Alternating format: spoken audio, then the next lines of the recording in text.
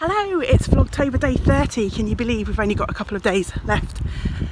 I'm out on foot today, delivering some orders to some of my local customers. It's raining. I feel like some weird orange Santa.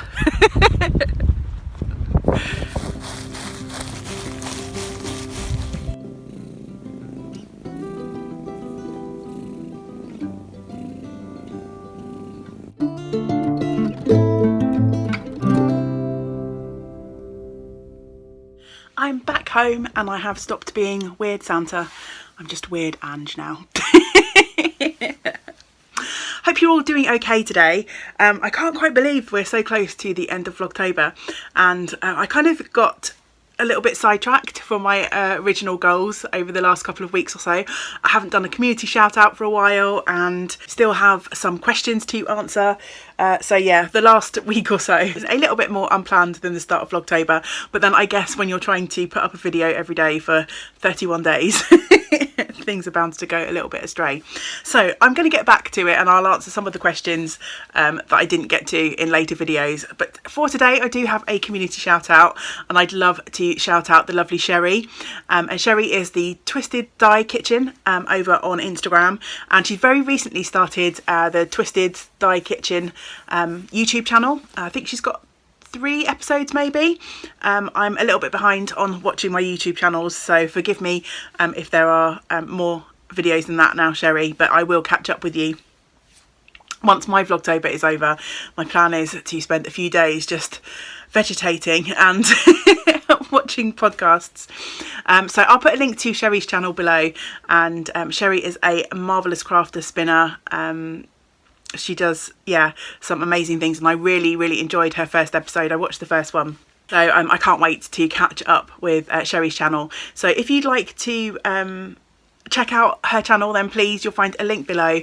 If you do hop over there and watch any of her videos, then let her know that I've sent you over, and let's give Sherry some Yarn and Yarns community love. It's Friday afternoon as I'm recording this, and James is working a 4.5 workday week at the moment. His company, back at the beginning of lockdown, went down to 4 days a week to help them survive the pandemic. Now they've been able to increase staff hours again to 4.5 days, which is nice, but it does mean that he is sat downstairs waiting to watch a movie together. So I am going to waffle at the camera for a little bit, and then sign off for the day and have a nice cozy afternoon and evening with James. I've got a couple of packages that arrived today to share with you from lovely folks who are part of the Yarn and Yarns community, who have sent in some prizes for our make-alongs, and I thought I'd also answer one of the questions that I have left on my list of questions. So let's do this. So I'm going to show off the packages first. The first one is from our lovely Ellie. She is Eleanor Kirk in the comments, I think, here, and Woolly Ellie over on Ravelry. So I'm sure many of you have chatted with Ellie over on Ravelry as part of our discussion threads. Ellie's quite active over there, but you can always chat together in the comments here if you're not using Ravelry. So Ellie is a crafter extraordinaire, and she has lots of really good advice for me always. Thank you, Ellie, for my spinning and my weaving. So I really appreciate those comments. And Ellie's sent us some hand woven bags that she's made, also from hand spun yarn. She has said that I could keep one of these. I'm still mulling that over because it's super generous, but I do have a lovely cowl that Ellie made me, so I'm not sure whether I will be greedy and keep one of these, or I shall give them all away. So time will reveal. But look at these, aren't these amazing? So there is a zippered pouch here with some beautiful red fabric inside, and there's a little pom-pom pull on it, and it says lined pouch from hand spun and is hand woven. Those colours are just glorious, love it. And then this one is a drawstring, so there's a ribbon drawstring with a bead that you sort of pull along. These would make amazing notions pouches. So this is also drawstring pouch from hand spun and hand woven. It's got this gorgeous floral fabric along the top, and then the red fabric inside as well to match the red ribbon. And then the final one is an iPad or a tablet case from Handspun and Handwoven. So this is a lovely shape. This would fit my Kindle perfectly. So yeah. Maybe this one stays with me. No, must share the goodies. So thank you so much, Ellie. They will go to our prize pot for the TGIF Cal. So I need to catch up over the next couple of weeks and take some photographs of the lovely prizes that we've been sent for that make along, so that I can update the prize post in the Ravelry thread. But I'll try to remember to regularly show off the prizes on my weekly podcast from now until the end of the year as well. Just to give you all encouragement to keep finishing your projects. You could be in with a chance of winning one of these amazing hand-woven pouches. Just gorgeous. Thank you so much, Ellie. Mwah. And then today, I think my postman might have had a couple of days off because I had quite a few packages arrive at once after no post for a few days. So I also got a bag from the lovely Andy and Angela of Attic Spin Dye, and they have sponsored a prize here on the podcast before. So thank you so much to Andy and Angela for supporting Yarn and Yarns again. I really, really do appreciate it. I've got 2 sets of stitch markers or progress keepers. So there is this set. Let's try and shake them down. And there's glorious sort of, it's like a woodland theme, I would say. And there's an acorn, a bird, a snail, a clover and a little fox. So hopefully you can see those. That little foxy, love it. So that's one set. And the other set are their Leather and Liberty progress keepers, and they were so kind as to send me a couple of these in a package a little while ago, and actually I'm using one at the moment on my sock project, my dad's sock project, so you'll get to see that in the podcast coming up on Tuesday.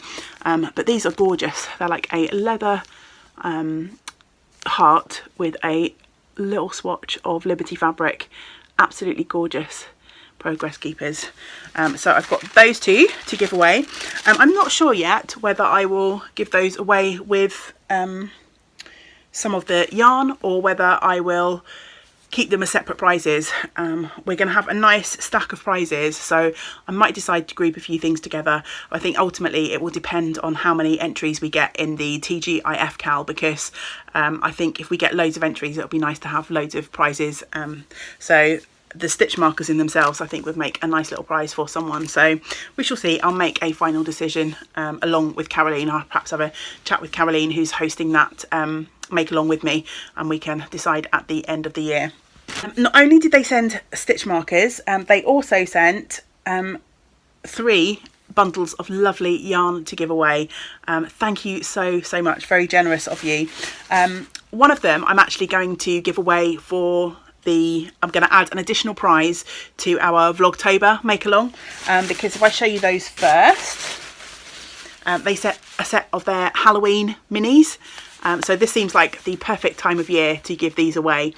So along with my handmade gnome, I shall add this as a second prize to our Vlogtober make along, which will be coming to an end tomorrow. I'll close the thread on Sunday at some point. So you've still got time to put any of your finished objects in the thread on Ravelry, or of course on Instagram, or email me, and you could be in with a chance to win this glorious set of mini skeins. Aren't they gorgeous? And mini skeins, sorry, come with a pumpkin. Oops, pumpkin progress keeper. So cute. I don't think my camera's focusing on that, but yay, love it. The second skein of yarn that they sent is called the Stormy Sunset, and this is their premium DK superwash merino nylon base, 100 grams, 225 meters, and there's an acorn progress keeper with this one. And look at this, it's stunning shades of purples with some sort of rusty oranges in there. Absolutely beautiful. Wouldn't that make just a glorious squishy cowl or a nice hat, a pair of gloves, anything really. Just absolutely stunning colourway. That's the Stormy Sunset. So I will add that to the TGIF prize pot, along with the second skein of yarn that they sent, which is called Grouse on the Moor. And again, this is another stunning colourway. And this is their 4-ply base, 100 grams, 425 metres, 75 merino, 25 nylon. As I say, Grouse on the Moorlands colourway. And there is a spinning wheel progress keeper with that. And look at that. Isn't that just, oh, yummy. Beautiful greens and rusty oranges. There's some tealy sort of blue colours in there too. Gorgeous, gorgeous, gorgeous. So yeah, thank you so much to Andy and Angela for those. And they were super generous. On top of donating all of those prizes for our cowl, they also sent me some fibre, which you didn't need to at all. Thank you so much. It's absolutely gorgeous. Enjoy spinning this up. Love and best wishes, Andy and Ange, says the little tag. And this is their Foxy colourway, 100% superwash merino. Can you tell I'm excited about this colourway? Oh, these are all the colours that I'm loving at the moment. So, oh, thank you so much. You really spoilt me, and I completely just appreciate the support that both you and Ellie have shown for our make along and the community here, so thank you so much. Right, okay, to round out day 30 of Vlogtober, I'm going to answer June's question. And June asked, how did I get into spinning and did I have any spinning lessons? So I first became, I guess, a bit more aware of spinning when I went to Wonderwall, Wales, when we first moved here. So we've lived here for coming up for 6 years. I didn't go the first year, so I think my first Wonderwall was probably 3-4 years ago. Just completely fascinated seeing all of these spinning wheels and these beautiful fibres from all of the vendors there at Wonderwall. And I picked up a drop spindle kit from Hilltop Cloud, who are a lovely Welsh based dye company, and they specialise in fibre. And I bought a kit which had a basic drop spindle in and 2 little bumps of North Ronaldsy. It was like a rare breeds kit. I purchased the kit and then it sat for probably about a year up here in this room because I was a little bit intimidated to get going. And I was chatting about it with one of my customers at Yarn and Yarns retail shop, and she was part of the local Spinning and Weavers Guild. And she said to me that although she personally is a wheel spinner, she had done a little bit of drop spinning and would be happy to kind of show me the ropes. So I brought my spindle kit to the shop for her next visit, and she basically showed me how to tie a leader onto the drop spindle and get going. And yeah, so we just spent 10 minutes doing that really, and that is the sum total of my formal spinning training. I'd love to take some more spinning classes, and we do, as I say, have a local guild that meets in the next town over. It was always difficult for me to get to the guild meetings because they were held on the same day that I had a knit night in the shop, so I was never able to attend. And then this year I was going to start attending because we stopped the evening knit night. It was just too much for me to keep the shop open 5-6 days a week and do the knit night as well. So we stopped doing that, and I thought, oh brilliant, I can start going to the guild meetings now. And then of course the pandemic happened. So yeah, still hasn't happened. But when we're able to get going again, then I would love to join that guild and maybe go to some of their workshops and yeah, learn a little bit more from people who know what they're chatting about. I think I always say when I share my spinning adventures that, you know, they're no sort of tutorial. I'm pretty much self-taught, mostly by trial and error, also from watching other people's YouTubes and when I first started out, I found it really difficult to find YouTube spinning channels. And I'm not sure if that's because I wasn't searching correctly, but I feel like in the last year or two, there's many more sort of channels that are definitely focused on spinning and hand spun yarn. When I started, there were some sort of really grainy tutorials that were really hard to follow, but I feel like there are definitely more people now posting about spinning, and I think I've found more people that have had their channels for a while, so it may also have been me not being able to kind of search properly. Know when you're searching for something, sometimes these search algorithms are as such that if you don't hit the right keywords or phrases, then they don't sort of point you in the direction of the stuff that you want. So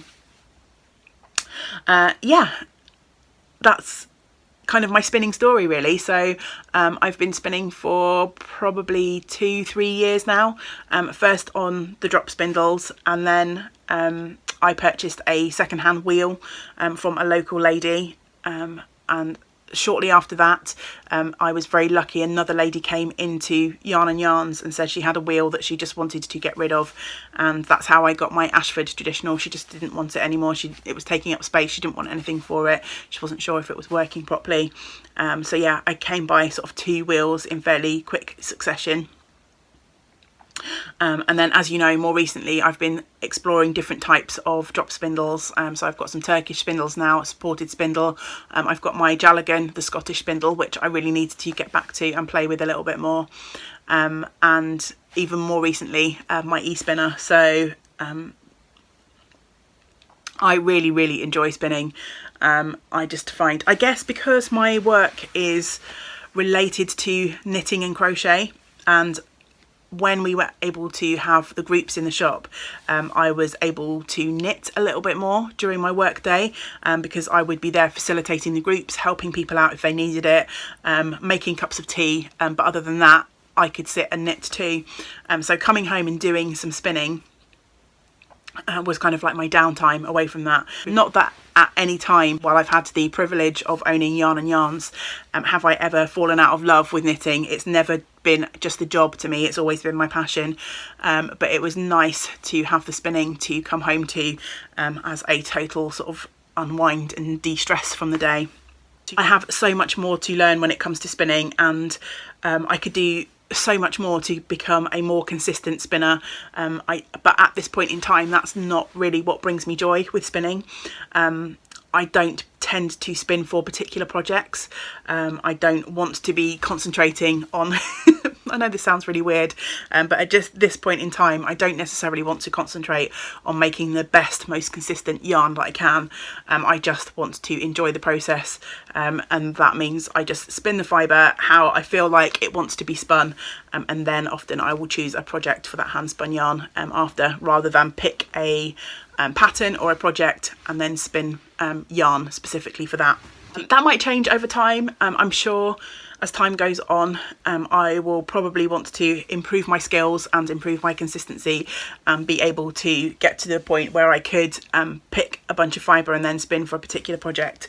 But at the moment, that's not the side of spinning that brings me joy. So yeah, that's my spinning story.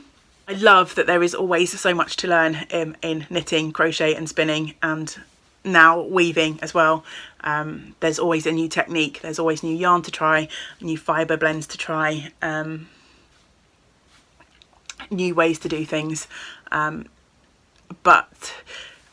those options are there if you want to kind of stretch yourself and expand your skills. There's also the opposite, sort of more comforting side of those crafts, isn't there, where we can just pick up needles and yarn and make a garter stitch scarf, or pick up a spindle and some fibre and just spin for the fun of spinning. Often we get very caught up, I think, in productivity and doing something for a particular purpose, and that's one of the questions I most often get asked about things like, oh, what are you going to make with that yarn that you've just spun? I don't know. Well, why did you do it then? For fun. Because I can, because it helps me de-stress and be happy, and yeah, not everything has to have an immediate purpose to be valid. My own personal opinion on that. Anyway, I hope that answers your question, June. I was probably a bit rambly there, but hey, when am I ever not rambly. I'm going to wrap it up for today's vlog so that I can go and watch a movie. I also really excitingly found some gluten-free apple pies and got some custard, so I'm going to make apple pie and custard, have a cup of tea and watch a movie and do some knitting. So yeah, that's my Friday afternoon. I hope that you are having a lovely cozy time whenever you are watching this, and until we get to spend time together again, I hope you get to do some of the things that you enjoy. Great big woolly hugs to you all. Bye for now.